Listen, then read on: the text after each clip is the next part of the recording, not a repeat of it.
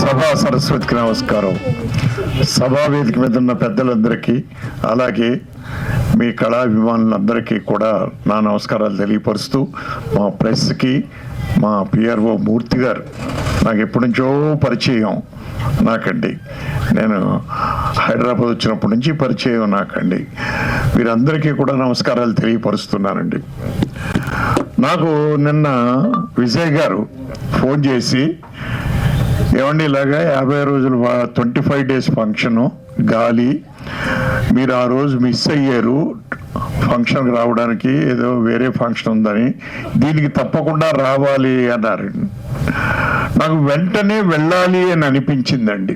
To be frank, నాకు ఈవేళ car లేదని నాకు తెలుసు, మా మిస్సెస్ ఏదో పర్చేసింగ్కి వెళ్తుందని తెలుసు, అయినా కూడా వెళ్ళాలి. ఎందుకు వెళ్ళాలి అని నాకు అనిపించిందంటే, ఒక చిన్న సినిమా నవే డేస్ 25 రోజులు ఆడిందండి. It is a great thing ఇండస్ట్రీలో. ఎందుకంటే నేను అప్పటి నుంచి ఇండస్ట్రీని చూస్తున్నాను. 1971 నుంచి నేను ఇండస్ట్రీని చూస్తున్నానండి. అప్పుడు నేను ఒక సినిమా తీశాను, సోషో ఫ్యాంటసీలు 2 తీశాను. కన్నయ్య కెట్టయ్య అని socio fantasy, Manmadhaleela Kamaraj Golaru socio fantasy. ఆ రోజు 50 రోజులు ఆడడం, 100 రోజులు ఆడడం గొప్ప, కానీ ఈ రోజు 25 రోజులు ఆడడం అనేది it is a great thing. ఈ సినిమా ఇందాక ఈ సినిమా నేను చూడలేదు ఇంకానండి. సాంగ్ ఇందాక వేశారు. సాంగ్ చూడగానే, అమ్మవారు రాగానే మొట్టమొదట నా హృదయాన్ని తాకింది మా మిత్రుడు కోడి రామకృష్ణ. అమ్మోరు సినిమా, అమ్మోరు సినిమాలో ఉంది ఈవిడి చక్కగాను అని నాకు అనిపించిందండి. నిజంగా కూడా సినిమా అందుకునే 25 days ఆడిందేమో అని నాకు అనిపించిందండి. అది గుర్తుకొచ్చింది. అది అయిపోయింది. ఈ ఫంక్షన్కి వచ్చే ముందు ఈ సినిమా గురించి కొద్దిగా తెలుసుకోవాలని చిన్న చిన్న బిట్లు చూశానండి. సుబ్బారెడ్డి గారు గెటప్ అసలు అదిరిపోయిందండి బాబు. అసలు నేనే భయపడ్డాను. నేను మా మనవాడు వచ్చి అలా చూడబోతాడు, వద్దురా ఇల్లు దూరంగా అన్నాను మా మనవాడిని. నిజంగా బాగుందండి. అంటే ఇటువంటి ఎందుకు చెప్తున్నానంటే, నేనండి నవే డేస్ ఏ సినిమా అయినా ఆడలేదు, ఎంత గొప్ప సినిమా తీసినా ఆడలేదండి. కానీ ఈ సినిమా ఆడిందంటే ఈ సినిమాలో గొప్ప విశేషం ఉంది సార్. క్వశ్చనే లేదు, లేకపోతే ఆడదు.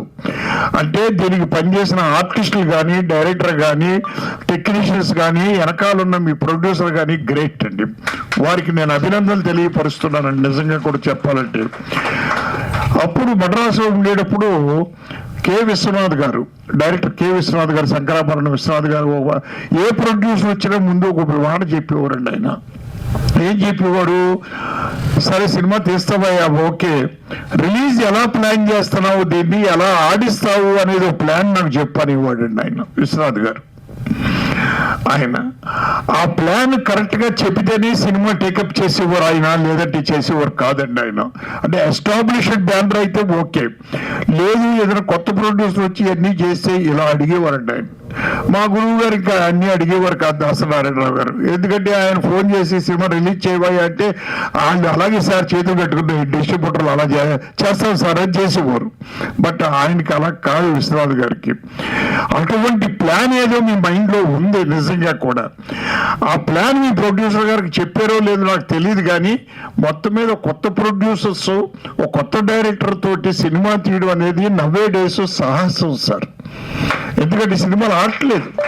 మరి ఆయన గ్రేట్ థింగ్ ముందుకు వచ్చి మీరు ఇలాంటి సినిమా తీశారు అంటే, ఇలాంటి సినిమాలు తీయడం వల్ల అప్కమింగ్ ఆర్టిస్టులు కానీ, అప్కమింగ్ టెక్నీషియన్స్ కానీ పైకి వస్తారు సార్, బిజీ అవుతారు సార్.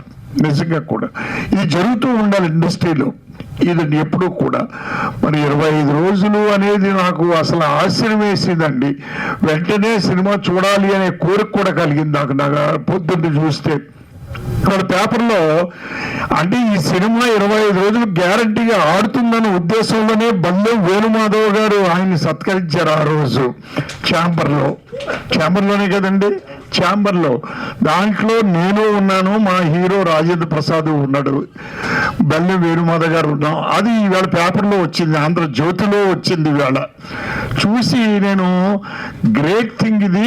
అంటే బల్లెం వేణుమాధవ్ గారు ముందే ఆలోచించిన ఫ్యూచరు, ఇది 25 రోజులు ఆడుతుంది అని మిమ్మల్ని కూర్చోబెట్టి సత్కరించి చుట్టూ మేము ఉన్నాం. రాజేంద్ర ప్రసాద్ గారు, నేను, మన వేణు మాధవ్ గారు, మేము చాలా మంది ఉన్నాం టోటల్గా. పొద్దు చూడగానే ఆనందం వేసింది ఆ స్టిల్ చూడగానే నాకండి. సో ఇటువంటి ఉత్సాహం వస్తూ ఉంటే ఎప్పుడూ కూడా ముందడుగు వెయ్యాలి అని అనిపిస్తూ ఉంటుందండి. మనం ముందడుగు వెళ్ళిపోతూనే ఉంటామండి. ఎన్నో ఆలోచనలు వస్తాయి, ఎన్నో కథలు మన బ్రెయిన్లో ఉంటాయి, అన్ని ఆచరణలో పెట్టుకోగలుగుతాం మనం అండి. రిలీజ్ అనేది చాలా, ఇందాక వెంకట్ గారు చెప్పారు, సాయి వెంకట్ గారు, రిలీజ్ అనేదే పెద్ద ప్రాబ్లం మన డేస్. సింగిల్ థియేటర్స్ లేవు, సింగిల్ థియేటర్లు ఇవ్వట్లేదు. ఒకవేళ చిన్న సినిమా అంటే నానా బాధలు పెడుతున్నారు, ఇవన్నీ చేస్తున్నారు. మీరు గాలితో కొట్టారు వాళ్ళందరూ, గాలితో కొట్టి ఎగ్జిబిటర్లు కానీ డిస్ట్రిబ్యూటర్లు కానీ వీళ్ళందరినీ గాలితో కొట్టి సినిమా ఆడించారు. దానికి వెనకాల ఇప్పుడు ఒక సామెతోటి ఉందండి, ప్రతి మగవాడి వెనకాల, విజయం వెనకాల ఒక ఆడది ఉంటుంది అంటారు. అలాగే మీకు ఆడది కాదు, మా ప్రొడ్యూసర్ గారు అంటారు. మీ ప్రొడ్యూసర్ గారు వారు శ్రీమతి గారు, వారు మరి నిజంగా అమ్మవారి పాత్ర చూసి అమ్మ చాలా నాకు గ్రేట్ అనిపించింది. డెఫినెట్గా ఫస్ట్ టైం మీరు చేస్తారని అనిపించలేదు నాకు. ఒక సీనియర్ నటి ఎవరో చెప్పారు ఇందాక, కేఆర్ఎస్ఏ గారు అలాగా అనిపించారు అని. అక్షరాలా నిజం అండి. అంటే మీలో టాలెంట్ ఉంది, ఆ టాలెంట్ని మీరే గుర్తించలేకపోయారు.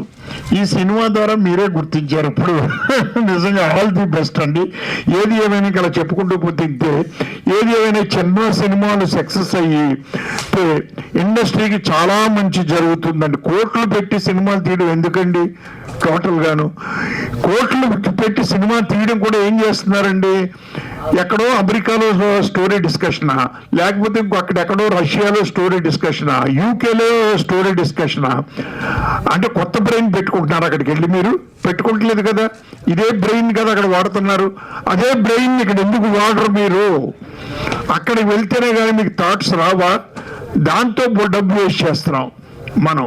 అలాగే షూటింగ్కి స్క్రిప్ట్ లేకుండా, ఏమీ లేకుండా, డైలాగ్ లేకుండా వెళ్ళిపోయి సెట్లో కూర్చొని అన్నీ రాసుకుంటూ టైం వేస్ట్ చేస్తున్నాం, కాల్ షీట్.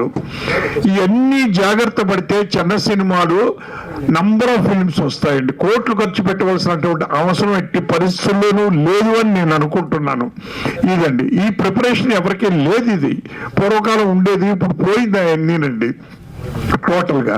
సో ఏది ఏమైనా ఇలాంటి సినిమాలు ఫ్యూచర్లో నంబర్ ఆఫ్ ఫిలిమ్స్ హిట్ అవ్వాలని, హిట్ అవుతాయని, అలాగే రాము గారు కూడా మంచి అవకాశాలు వచ్చి మీ ప్రొడ్యూసర్ గారు కూడా చాలా సినిమాలు తీయాలని ఆశిస్తూ, మేము ఎందుకు ఆశిస్తున్నాం? మా కళాకారులు అందరూ పైకి వస్తారని, యంగ్స్టర్స్ మా స్వార్థం మాదండి రావాలని కోరుకుంటూ, ఆ భగవంతుడి ఆశీస్సులు ఎప్పుడూ మీకు ఉంటాయండి డెఫినెట్గా. తర్వాత ఇంకోటి గ్రేట్ థింగ్ ఏంటంటే, డైరెక్టర్కి యాక్టింగ్ కెపాసిటీ ఉంటే కొత్త వాళ్ళతో చేయించడం ఈజీ అండి. అది నేను ఒక ఆదుర్తి సుబ్బారావు గారి దగ్గర చూశాను. నేను అసిస్టెంట్ డైరెక్టర్గా ఉన్నప్పుడు ఆయన వెళ్ళి యాక్టింగ్ చూపిస్తూ ఉంటాడండి ఆయన. ఇది ఒక మన జీవా అనే ఆర్టిస్ట్కి నేను డబ్బింగ్ చెప్పిస్తూ ఉంటే, ఓ జీవా అనే ఆర్టిస్ట్కి అక్కడ ఏదో సినిమాలో బాలచంద్ర గారు యాక్టింగ్ చూపిస్తున్నాడండి ఆయన. తర్వాత నేను చూసింది మా గురువు గారు దాసనారాయణరావు గారు. సో దర్శకుడికి అన్ని శాఖల మీద పట్టు ఉండడం ఒక ఎత్తు, ఆర్టిస్ట్గా కూడా పట్టు ఉండడం ఒక ఎత్తు. అది మీలో ఉంది కాబట్టి కొత్త ఆర్టిస్ట్గా చేయించగలిగారు. థ్యాంక్ యూ వెరీ మచ్ అండి. Thank you sir. Thank you sir అందరికీ.